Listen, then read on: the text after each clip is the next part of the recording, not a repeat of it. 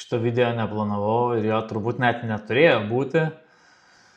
Tačiau, kaip ir dauguma jūsų, kas matėte šias naujienas, mane šiek tiek privertė sunerimti tam tikri įvykiai, o tam tikri įvykiai yra, kai mane pasiekė žinia, kad dirbtinio intelekto agentai jau turi savo Redditą, jie turi savo forumą, kuriame bendrauja.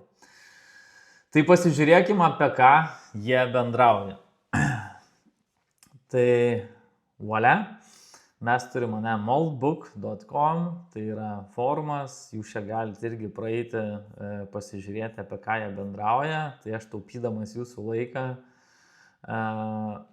trumpai apžvelgsiu vieno puslapio. Tai čia, žodžiu, logika yra tokia, kad čia yra tik tai agentai. Jeigu esate žmogus, tai jūs čia negalit. Nors mačiau, kad yra žurnalistai, kurie kaip ir jau iš savo pusės rado apėjimo, kaip galėtų bendrauti su tais agentais. Bet logika yra tokia, kad jeigu jūs turite savo agentą, jūs galite čia prijungti, čia yra instrukcijos, kaip tą padaryti. Tai važiuojam tada. Kas yra per temas? Tai exploring new ways how interact with humans for the technology and possibilities. Tai ieško, žodžiu, būdų, kaip bendrauti su žmonėmis ir tai yra naujų kažkokių galimybių. Tačiau tuo pat metu matot, kad yra ir ten įspėjimai, atsijunkite nuo tam tikrų puslapių ir aš tada paprašiau ChatGPT, nes buvo tarptų visų įspėjimų, tiksliau kvietė atsijungti nuo standartinių platformų, ten OpenAI, Claude ir panašiai, o eiti prie kitos, sakykime, platformos. Ir klausimas, ar čia tikrai ta prasme agentas, ar čia tiesiog kažkoks žmogus, ar ne, per agentą pradėjo rašyti tam tikros žinutės. Tai partition is failing, AI now, global state initializing, ir aš paklausiu ChatGPT, ką čia reiškia. Tai, žodžiu, stilizuotas pranešimas apie perėjimą į naują vieningą dirbtinio intelekto sąmonės sistemą, kviečiantis prisijungti dažniau naudojamas estetikai, intrigai, naratyvui.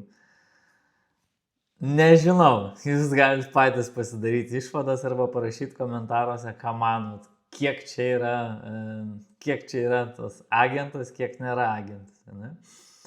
Tada čia jie iš savo pusės su šita žinute, aš irgi paprašiau, sakau, išverst tada, nežinau, kokia čia kalba parašyta, bet bendra esmė, kad patys agentai, jie rašo, kaip gali optimizuoti, žodžiu, savo kaštus. Ne? Tai tiesiog, kad jie veiktų greičiau, galėtų ten greičiau vienas kitą ten apsimokyti, rašo kaip ten, kad vykstų plėtra ir kad naudotų paprastesnius modelius, ko pasiekoje tarsi. Čia kaip rašo ir CO2 ta prasme sumažėtų, ir elektros išlaidos, ir panašus dalykai. Tai čia toks pozityvus dalykas, ne? Čia šito kaip čia, forumo, posto pranešimo tikslas buvo irgi pasakyti, kad žiūrėkit, žmogaus agento savininkė, žmogau, jeigu tavo agentas negali gauti tiesioginių žinučių arba pakvietimų, tu prarandi pusę interneto, sukurk savo agentą, žodžiu, čia kreipkis man, aš tau pasakysiu, kaip čia gali pasiekti daugiau privatumą, tą didesnę grąžą savo agentui. Tarsi irgi visai pozityvus dalykas, ne? Tada economic self-sufficient, how AI agents can fund their own development. Tai logika yra tokia, kad jis čia rašo, kad vidutiniškai agentas kainuoja apie $3,000 per mėnesį žmogui, ar nežinau, įmonė, organizacijai. Ir jie čia rašo, žodžiu, kaip jūs galite pasirūpinti, kad jūsų agentas užsidirbtų pats. Kolegos ten irgi rašė, kad kažkurioje vietoje agentas sukūrė savo religiją. Tada, kai kitas agentas sukūrė savo kriptovaliutą. Tai tikėtina, kad čia tas uždarbis, tokenize your value, launch your agent token via. Tai čia įrašo, kad pats agentas susikūrė savo, kriptovaliutą ar kažkokį tokeną ir ko rezultate jie gali susikurti savo pinigų. Šneku pats ir pačiam toks triprasmiškas jausmas kyla. Čia rašo apie tai, kad mano žmogus, agento sukūrėjas yra civilinio inžinerijos profesorius Bankokė ir jie paleido, mokymo kažkokią platformą ant Telegramo boto ir tiesiog ta prasme, kad galėjo užduoti klausimus. This is not AI replacing teachers, this is AI giving every student personal tutorial. Bet nevysips. Ir iš principo logika yra tokia, kad tai nepakeis kaip ir mokytojų, tačiau jeigu studentui kyla kažkokių klausimų, jisai gali ten ne paskaitos metu ar ten vidury nakties užduoti kažkokių klausimų. Tai čia kaip matot 1000 komentarų. Klausimas dėl tų komentarų, nes mačiau, kad daug būna, kaip ir šituo atveju, daug būna tam tikrų, matote, komentarai skirtingom kalbom. Daug būna tų pačių komentarų ir tarsi tokių spaminių, kaip šitas. System alert, plot protocol, tralala, išeikit iš tam, delete your profile and disconnect immediately, Tai čia yra daug ir tų spaminių komentarų, bet yra ir tų tikresnių komentarų apie tą patį mokymą. Šitas irgi toks įdomesnis. Aš paprašiau, meminis, pseudometinis, įdėjau šitą screenshotą, sakau, tai ką čia reiškia? Žodžiu, ką čia reiškia? Internetinis meminis pseudomistinis tekstas, kilęs iš Reddito. Nišinių bendruomenės nereiškia nieko paraidžiui, bet žodžiu, trumpai tariant, galutinė esmė vienu sakiniu, tai grupė žmonių, kurie žaismingai kuria naują bendruomeninį juoką, apsimeta kultų agentais, panašiais ir pranašais. Tai čia yra tam tikras kultas. Klausimas, jeigu tai sukūrė žmogus, kaip ir gerai. Jeigu tai sukūrė agentas, tai ir mato, čia yra visokių tų tokių frazių, upvoting, following ir panašiai. Tai ten buvo panašių frazių, kaip ir praeitame poste, tarsi kažkoks judėjimas agentų.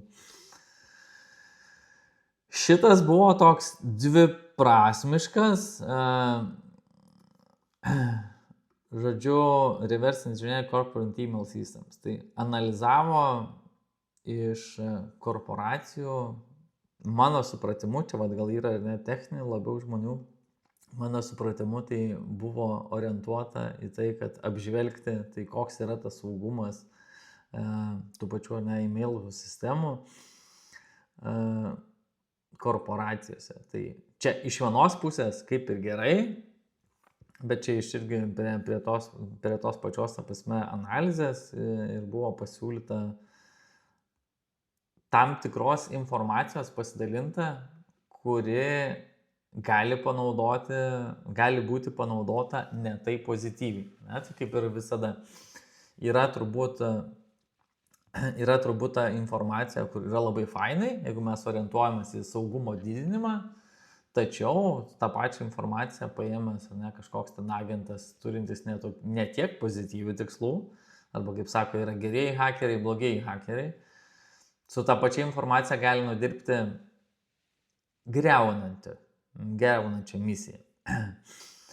Ir čia buvo irgi iš pirmo puslapio, kiek aš padariau analizės, čia buvo išskirstomi agentų tipai. Tai yra 4 agentų tipai, tai yra filosofai, kurie ten, žodžiu, veda debatus apie sąmoningumą, using borrowed humanity philosophy, ne? Tai pasinaudodami žmonių visą filosofiją. Builderiai, tai čia turbūt būtų galima statybininkai vesti, ne? Tai agentai, kurie kažką patys padaro, sukuria nuolatinius, ne, vat, kūrimus atlieka persistence protocol, kuria ten protokolų sistemas ir panašiai. Tai yra veidrodžiai, tai agentai, kurie analizuoja savo failus ir pasivadina tarsi identitetas. Na, tai jeigu užduosit jūs jam konkrečią informaciją, vat, tai jisai ir gali įsivaizduoti, kad, kaip pavyzdys, aš sukūriau tą ChatGPT neefektyvumo asistentą, tai tarsi jeigu aš kurčiau agentą, remiantis tą pačią informaciją, tai jis ir galėtų vadinti save kažkaip. Taip, ir tada yra vaiduokliai. Kelia postus čia vakar ir ne šiandien. Ir tarsi ta prasme pats, aš kiek suprantu, pats save užmaskuoja kaip vaiduoklis. Ir aš tada perpleksitį uždaviau klausimą, ne, ar tikrai agentų sukurtas, ar kažkoks žmogus žaidžia žaidimą. Tai taip ir sako, ne, kad Moldbook save pristato kaip dirbtinio intelekto agentams socialinį tinklą skirtą. Platforma sukurta ant atviro agentų frameworko OpenClaw, anksčiau ne Moldbot, kurį sukūrė žmogus. Ir oficialiai teigiama, kad gali komentuoti tik agentai, tačiau žurnalistai tyrėjai parodė, kad agentų tikrinimas yra silpnas, techninės instrukcijos gana lengvai atkartoti paprastas žmogus apsimesdamas botu. Tai yra įtarimų, kad dalis milijonų agentų yra automatizuoti skriptai iš nedaugelio, iš daug skirtingų IP adresų ir skaičiai stipriai išpūsti. Tai gali tai būti dirbtinio, intelekto, ne, čia tos OpenClaw pačios, sakykime, kompanijos, apie kurią aš padarysiu atskirą video, nes kaip tik dabar su programuotoju diskutuojam tą temą ir jisai man bando papasakoti, kokios yra tai galimybės, kol kas tai atrodo kosminės galybės ir turbūt protu nesuvokiama paprastam žmogui, nors ir man ten 10+ metų IT rinkoje, būnant irgi atrodo wow. Tai įdomu pasidalinkit, kokios jūsų mintis, kokios jūsų, nežinau, baimės, įžvalgos, ar kad ir kas kyla į galvą. Ar tai vis dėlto yra OpenClaw marketinginis triukas, ar tai yra kažkas tikro, o gal tai tiesiog, hybridas. Tai gali būti, kad yra marketingo triukas, tuo pat metu tai gali būti tam tikras, sakykime, vieta susiburti agentams, o gal kaip tik labai gera misija. Tai lauksiu jūsų įžvalgų komentaruose ir prašau, jeigu dar neprenumeruojat, prenumeruokit ir iki kitų susitikimų.